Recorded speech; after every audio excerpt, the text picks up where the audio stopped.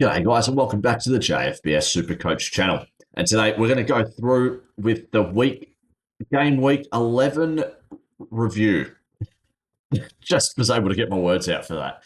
And as you can see, we've done better than last week. So onwards and upwards from here. We're slowly climbing to a better season rank. Scored a 98, which on paper doesn't look good, but knowing that that was in the top 2,000 out of 46,000, I'll take it. Definitely could have been a lot better, but end of the day, who really cares? I'm pretty happy that we got to the top, or towards the top. But we're at rank 3,000, which is pretty good. We've hit the 129k million, so I think we've made around 14 million. I think it was 115 at the start or something like that. Anyways, let's get into the quick review here. Raya with a 0 against Sunderland.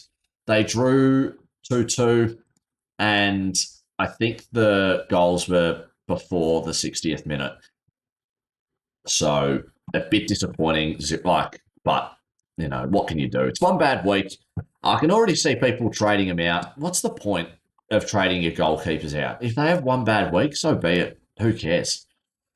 Munoz, first game under the Soccer is Shit team. I'm so sorry that why is that my team name? Munoz, first game with my team, scores a 10. Drew with Brighton, so yeah, it's all right.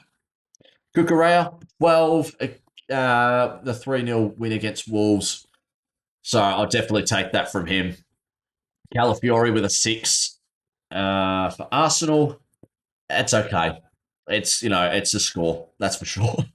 Senesi with a 1, disappointing. They got bloody smashed by Aston Villa. I was going to say some probably worse things, which I'm glad I didn't. And other ways of describing how Bournemouth went. Bueno with a 2. I'm going to assume he's coming off the bench now. Do I trade him? It's kind of stupid that I'm thinking of doing it. Like, what's the point? I've lost a lot of money, close to a mil. He played 90. He did play 90 minutes with a 2. To be fair, but 3 goals. Palace, Villa, 2 tougher teams. Forest, Man U, Arsenal. They got a really tough team. Wolves. They're going down. They're getting relegated. I don't think they're seeing a win anytime soon, with all due respect. Calafiori with an 8 for Arsenal. Did I talk about it with a 6? Yep, I already did. I meant to talk about Declan Rice. Declan Rice with an 8 for Arsenal. Considering it was an end as a draw, could have done me better with an extra point, but who really cares? Oh well. Fernandez, first game with us with an 11. I'll definitely take that. Grealish with a 7. Would have been better if we had Gomez. Well, when you think about it, if we captained a guy like Kukurea and Gomez in the team, that's an 11-point difference with Senesi. Would have been 109. And then, what's that, 14 to 24, another 10. So it'd be about 119 would be my best score, or even better. Another 3, like 122 would have been a really good score. Might have boosted me really well. But oh well, Gomez with a 12. He's hit the $8 million mark. I did read a comment, like half a comment of yours, Lachlan. I might bring it up on my phone while we're talking about it, about Gomez. And kind of the reasons why I went with him originally. And I think it's okay to, maybe not okay to still go with him. He's kind of 2 mil behind, a bit too late to go for now. I am so sorry. I will respond to this. I'll respond to your comment once but just so you know, in real time, I'm responding to it now. Excuse me. I'm searching up my own channel on my phone.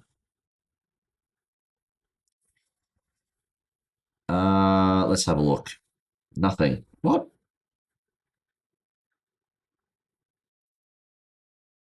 Oh, here we go.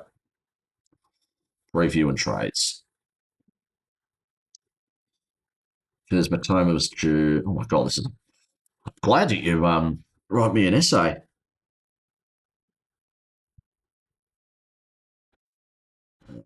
Didn't buy Gomez because Matoma was due back for an injury after game week 11. would likely take his spot, but it's paid off for buyers slash knee jerkers. Yeah, oh, definitely. That's kind of why I brought in Gomez. He's definitely probably only going to be here for another week, and I don't really know who I'm going to trade to. So I might trade him down to a guy who's low in money. I know it says he's projected to make 2.4 mil, which is bonkers. Sorry, using my very fancy words here. And he's already at 8.3. He'll get, let's say he does score a 10, which I don't think he will if Matoma's coming back at week 12 and Gomez goes back to the bench. Who knows? Maybe they even start him. But even if he has a 5, he'll still make like 1.8, which it's 10 mil. Trade him down to a guy at 4 or 5 mil. Not bad. Not bad money made. But yeah, it would have been cool if we started. Rodri didn't play. He's just going to be a filler guy on the bench, unfortunately. Let's go on my forwards. Haaland's a captain with a 7. He did score a goal. I actually don't know why he didn't score more, but someone can let me know. But Saka and Pedro have really paid off bringing them in.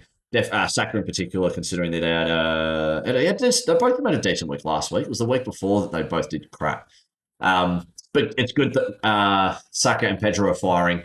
Hopefully this week all three of my forwards are firing, even though Haaland is.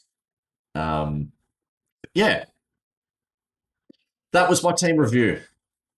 And I think I'm just going to go out on a limb here and say I'm not going to do any trades this week. I know it's going to a bit of a boring couple of weeks for me, but I'm not trading. I think what I'm going to do, because if we go to week 12, sorry, and then do this. Gomez, it says it's 9, and if he does score a 9, it's 2.4 mil. Great. But even if he scores like a 3, it'll be 2 mil or 1.8 to 9. I mean, I'm pretty happy with him getting to 10 mil. Trade him back down. That's okay. Pedro with potentially making 1.5 mil. Saka potentially, making 500k. Haaland, don't worry about him going up or down. Van Dijk. To be fair, Liverpool's not been playing great, so I don't know. Is it potentially a time to give up on guys like him? He wouldn't be too bad if Liverpool get back onto a roll, I reckon. Maybe not this week, but next week. If I trade Gomez and Bueno, and then I run with a 5-2-2, 5-2-3, or I could keep the 4-3-3 and just potentially whatever's going on with what am I trying to say? Whatever's going with my worst defender at the time, who's got the toughest matchup, it will probably be that. But good to think about Van Dijk at the moment. I forgot what I was going to say. Other guy who's trading. I'm not trading Senesi, Raya, Grealish. I mean, Rodri's probably a bit overdue, hey. Van Dijk, Gusto, Canvo. Canvo. Hope I pronounced that right. I just don't know about Crystal Palace's defenders because they've played every game. Maybe one of them picked up an injury. That's why he's got a high score, or one of them came off pretty early. Hopefully it wasn't Munoz. Who did well this week for rankings? Let's have a look. Value increase 18 mil. What the hell? Week 11 points. My highest potential score would have been 119, I think. This guy scored 154. My lord. What was his team? If this loads. Well, better than Breyer, that's for sure. Gusto with a 25. Mark Keane. Oh, well, they definitely carried. Oh, that hurts with Kudus not playing. And Cullen on the bench could have been higher. What about 152? Oh, well, this person's... Okay, what is this? I think this person's like rocked up. This is his 5th week. I mean, you got would have got Sanchez really cheap, and I'm assuming these blokes kind of cheap. Cullen again on the bench. Thiago with a 25. Didn't even see that. Was that the highest score this week? Any guys who scored 30? I haven't even really checked it, I'll be honest. I just saw the scores of my team.